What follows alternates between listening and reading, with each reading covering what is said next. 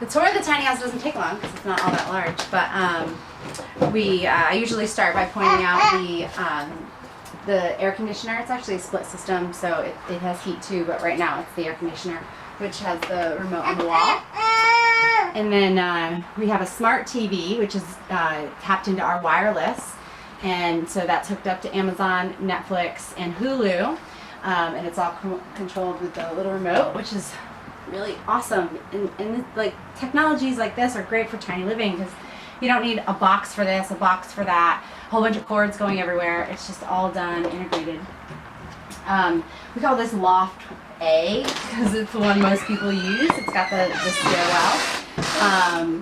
And then up there's a light switch for the light that's in the loft, and then there's an outlet up there to charge your phone, which is also important these days.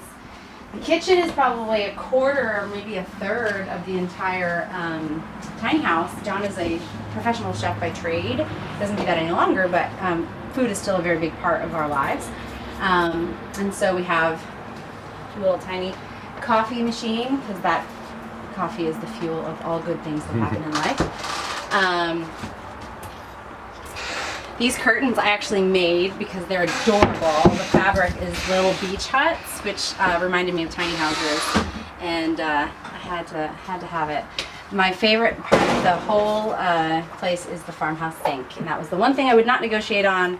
I must have a deep, large sink, even as a lot of people say, tiny house, big sink, which is true.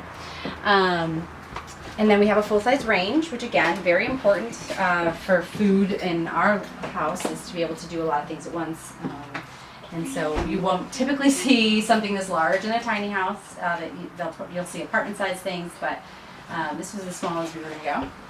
My favorite part over here are these mugs, which were made by a local artist who sets up shop 7 days a week at the Nashville Farmers Market, which is only about a mile from here.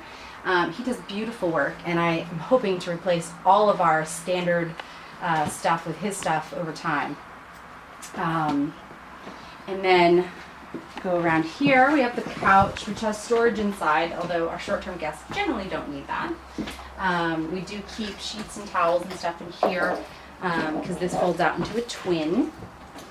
And then we have the bathroom, which is a little small, but what else do you expect in a tiny house? It has a dry flush toilet, which is a whole new experience in mobile waste.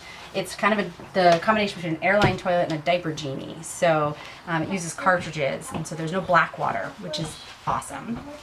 And then we just have a regular sink, and we have the shower, which has a Bluetooth shower head so that you can hook it up and listen to music in the shower. Because I know that music's important to everybody, but especially people in Nashville.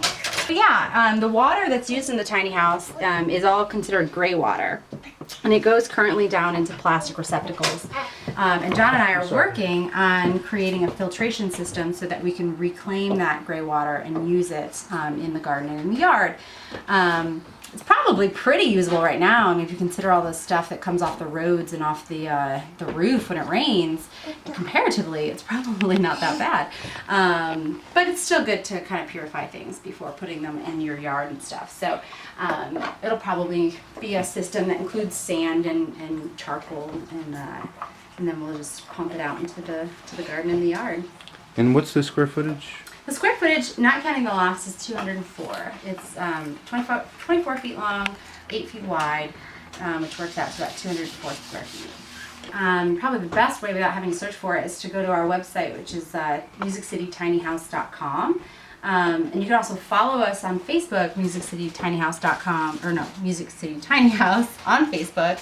And I share a whole bunch of things, not just about our tiny house, but about the movement in general, which is, I've said, is really why we're doing this.